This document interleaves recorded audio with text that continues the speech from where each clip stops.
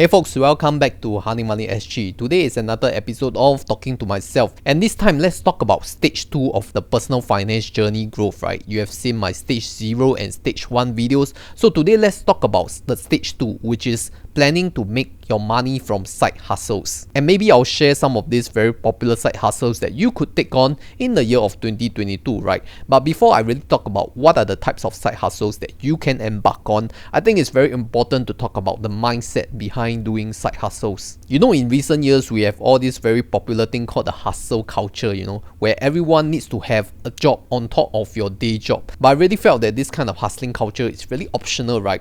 Not everyone needs to do it. I mean, if you really like the hustle, you like to be kept busy, you like to earn more income on your free time, then I think side hustling is good for you. But for some people who really want to lie flat and then enjoy and relax life during their non-work hours, I think that's fine too. I don't think we should judge anyone just because they are not hustling in their free time. I felt that it is really a personal choice. But there must be some benefits to hustling, right? It's the side hustle thing, because it will really accelerate your early retirement plan if you really prefer to early retire. Because one of the most important things of early retirement is that you need to have a sizable retirement fund, and side hustle can actually help you earn that income so that you can have a sizable retirement fund earlier than others who have not tried the side hustles. And maybe the next level thinking of side hustles is, do you have the necessary skills, or your hobby is able to monetize, right? Because not every hobby is able to be monetized, and not every skill is really monetizable or earning good money. I think the next level thought is also, do you want to actually monetize? Because once you take the monetization factor into your skill or your hobby, you kind of lose the passion or the happiness doing it, right? For example, if you really love to bake cakes, and you make really nice cakes, right? Really beautiful, really tasty and delicious cakes. And your friends and family have often asked you to actually consider baking as a side hustle and selling it and monetize it, right? Just go into like a home bakery business, sell it on Carousel or Shopee or something like that. But some people really do just enjoy the process of baking and creating good food for people around them, but not necessarily making money out of it from their hobby. So I think there's really a very optional approach whether you want to monetize it and be fully dedicated to your business, because most likely if you want to scale, you have to build a team, right? And when you are building a team, you are responsible for your team's, your employees' livelihood, because now you are the boss. You see, you have to manage their livelihood. You're giving them a payroll, a salary, and they have to depend on the salary given to feed their own families. So that is really something important to consider if you really have a skill to monetize. Do you want to do it or not? And if you want to, then what is the reason for doing so? The why is always the most important factor to consider. And let me just push a hard truth, right? There is really no such thing as true passive income, because on your road to creating that passive income, there is a lot of hard work and dedication and even sacrifices needed before you can truly achieve that free passive income on your way. Everything will require effort and hard work in the beginning. Yes, in the future, it may be a source of passive income, but on your road to creating that passive income source, it will be really difficult, really challenging, and it will be pushed through your limits, which really involves sacrifices, right? So I think you have to really consider this very carefully before you even start on it. So I've gone through all the boring stuff, so now let's go to some of the side hustles that can enable you to earn you around $1,000 monthly. The number one side hustle idea is actually tuition, and in Singapore, home tuition services are really popular, right? Which is actually $1 billion industry in Singapore, right? Especially in this kind of high-paced Asian society where everything is really about results on the paper. So you can actually expect to earn at least $20 per hour if you are teaching primary school students. I mean, that was my rate like 10 years ago, right? And as you progress up the educational level, if you are teaching secondary school, most likely you can command above $35 to $40 per hour.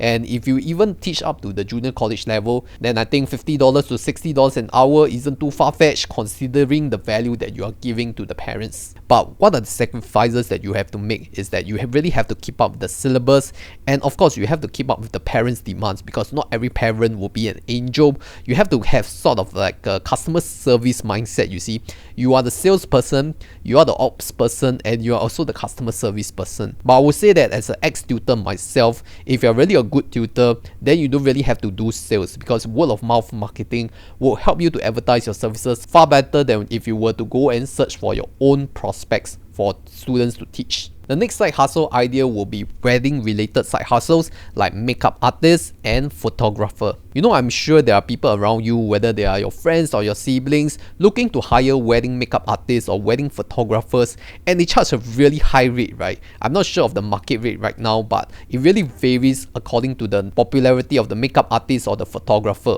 And I heard that the rates can go up to 4 digits just for a day job. I mean, that is including the cost of materials, right? But if you have a really skillful mindset, wedding photographers and wedding makeup artists really make up a huge source of income, you see, because you don't really finish in one job. If you're really good enough, your customer will actually recommend the next customer to you just by word of mouth marketing. You just need to be really good in your job, and then you will take endless jobs, right? Because your word of mouth marketing will spread really far and wide. So much so that the most popular makeup artists and photographers have really full-time slots that it's impossible to book them, and you really need to schedule like maybe 6 months to 1 year ahead just to book their time slots, to engage them and turn up on your special day, to give you so much value on it. So for those people who are really skilled in makeup artists and photography, then maybe you can consider along the wedding specialization. The third side hustle idea is actually content creator, and content creator can vary across different platforms. For myself, it's like YouTube.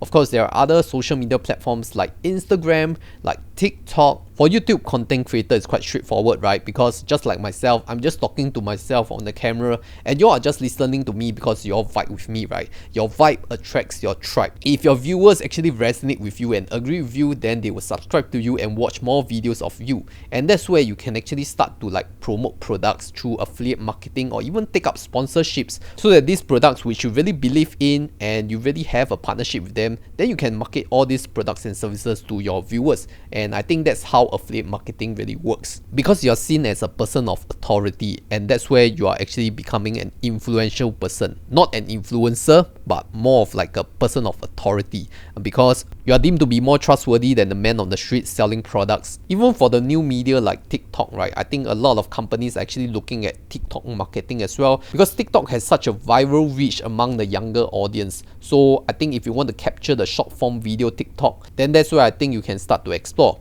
And I mostly think that TikTok has much better learning curve compared to YouTube, because for TikTok it's easier for the algorithm to push you if your video gets viral enough. For YouTube, you really have to stock up for the first few months without any pay, right? Just because of how the algorithm works differently. And then for Instagram, I don't even know, because mostly what I see on Instagram is that people who are good looking, not really people of substance. But I better not say too much, otherwise I'll get cancelled. And I think being a content creator is not really just about having good looks, right? Because you really learn all those marketing skills yourself.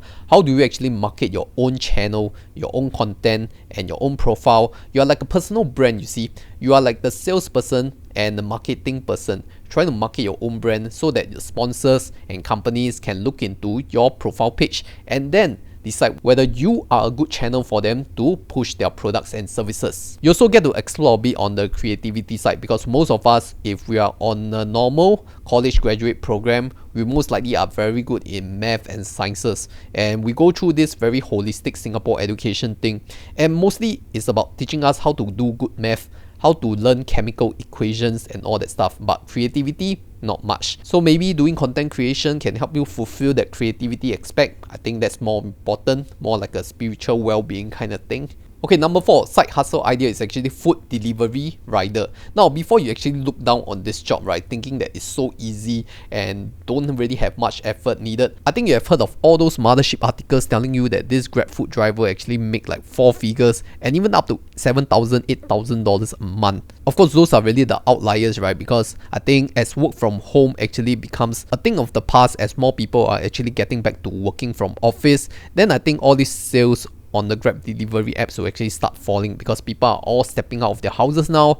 There's not much people actually staying at home. Then maybe the food delivery income may be impacted. But this job ultimately actually requires a lot of physical hardship. You actually have to be physically active, whether you are cycling, you are biking, or you're walking. It all involves manual work, and I think it involves a certain level of customer service as well, because not all customers are angels. You see, some of them may complain you if you actually are late, or you actually miss out an order which is not your fault anyway, but they put the blame on you. And there is also a heightened risk of traffic accidents, right? What if you get into accidents, then all the money you earn is actually not worth it for your health. So I think that food delivery can be a short-term side hustle. For example, if you're waiting for university to begin, or you're waiting for the next job opportunity to come by, then maybe I think you can do it for a short term, maybe 3 months to 6 months max. But it should not be a long-term job because there's really not much scalability. I'm pretty sure not everyone can do this kind of job for the long term because it is so damaging to the body, right?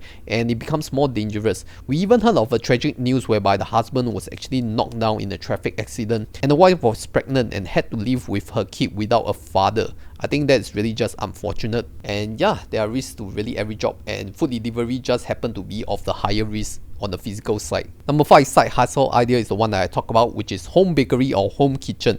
Now, if you are a great cook or a great baker and you're recognized by your friends telling you to go and set up your own home bakery shop or home kitchen, right, then I think you at least have the skill of the culinary art master. And food safety is actually quite an important thing. Food hygiene, right, especially when we are talking since the COVID-19 pandemic, people are more aware of this kind of hygiene standards. And what if you actually got complained by your customer? I think all these are risks that you have to consider before you even start all this side hustle idea on the home kitchen.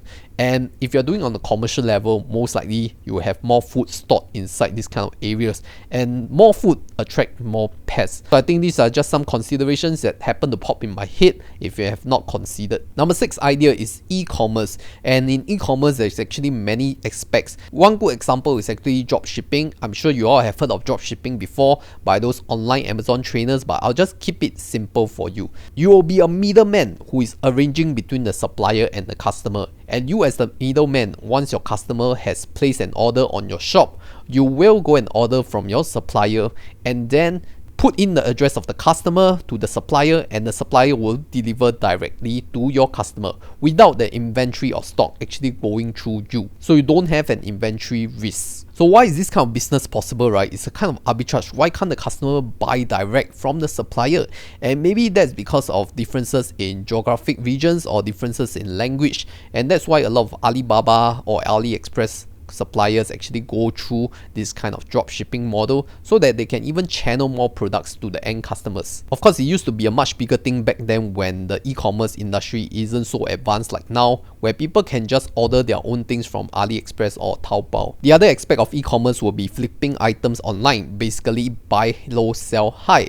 If you're able to buy something cheaper from another site and you're able to sell it at a higher price on another platform, because these customers on the other platform do not have access to these products due to misinformation or lack of information, then I think you can find your arbitrage to actually go and use those discounts and earn the arbitrage. The other example is that if you manage to go to Carousel and find free items that people are giving out because maybe they are moving house or renovating and they don't need these items anymore, and you most likely just need to go and collect and provide your own transport, then essentially you don't even have a cost. It's pure 100% profit. Of course, all this will involve a great deal of time, so make sure that all your efforts are worthwhile because it may be quite time consuming, especially when you don't have much experience. And you must be prepared that not every customer that talks to you will buy your item. Some of them really just waste your time inquiring all the questions but will never buy from you. I think that's another aspect of e-commerce that you just have to handle it yourself. And the reason why I put e-commerce last is because with e-commerce, you can actually go and market all your other side hustles mentioned before and advertise it through e-commerce. Like you have a home bakery, advertise through e-commerce like Carousel, and you're doing some makeup artist services or wedding photographing services, then you can market it through Carousel as well. All this is all part of e-commerce. Okay, the last one I want to talk about is dividend investing. And dividend investing is not really a side hustle per se because there's really no hustling around it. It's more like spending your time to getting to know the companies, and then you buy the shares or the stocks of the companies that you believe in, and they will pay you back in dividends when they announce a positive earning results. And such dividend stocks are like banks and REITs in Singapore, right? Your big three banks, DBS, UOB, OCBC, your REITs like Mapletree, Ascendas, Capitaland, and Frasers, because all these more well-established companies, when they have positive earnings, they will give a little bit of portion back to the shareholders as dividends. So that's how dividend investing is like a side hustle itself. More of the research and constant study of the earnings call to really understand what are these companies doing well or not during the quarter or year over year. Now, just to put things in perspective, right? If your dividend is yielding around 5% per year and you only need 240,000 Singapore dollars of a portfolio